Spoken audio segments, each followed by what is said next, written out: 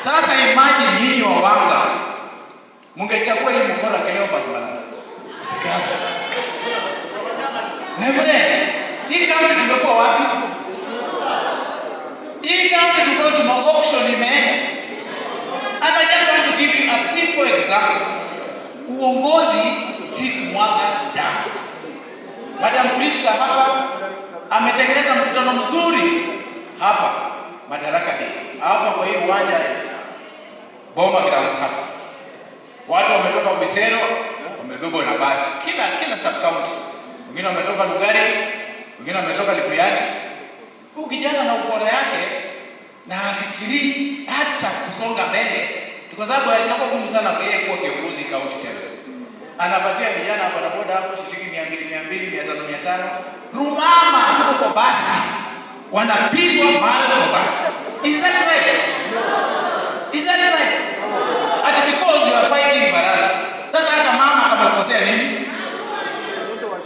Watoto. Halafu kwa geti ya baraza hapo Harambee, Bulimbo Girls.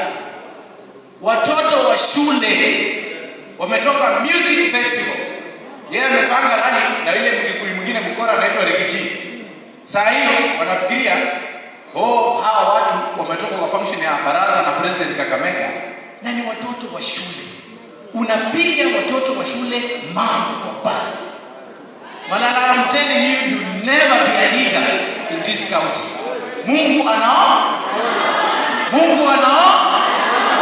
Sisi tubaki na wewe baraza, kumaliza mimi nichukue.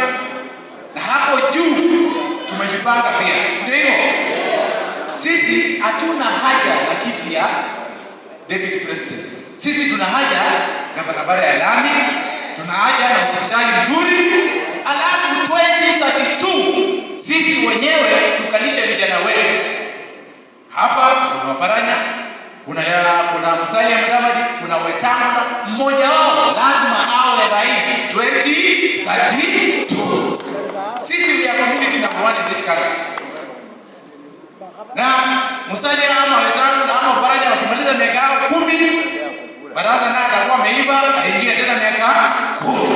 Na baraza akitoka miaka 10 rais, sababu aingie tena miaka 10. Ile Wakikuyu walikula 35, hata sisi tukule 35. Ndio. Sio wale wanaenda kula 34. Kwa sababu mmoja alikuwa 24, alafu Ruto ataenda 10. Itakuwa 34. Na Wakikuyu wamekula 35. Waluya lazima tukule yetu 30. Ndio tuweke barabara kila mahali. Hata kama mama ni kuanika nguo kwa hiyo barabara sawa, lami sawa. Kama ni mahindi sawa. Uongozi ni kulete mali nyumbani. Sasa mtatushikilia.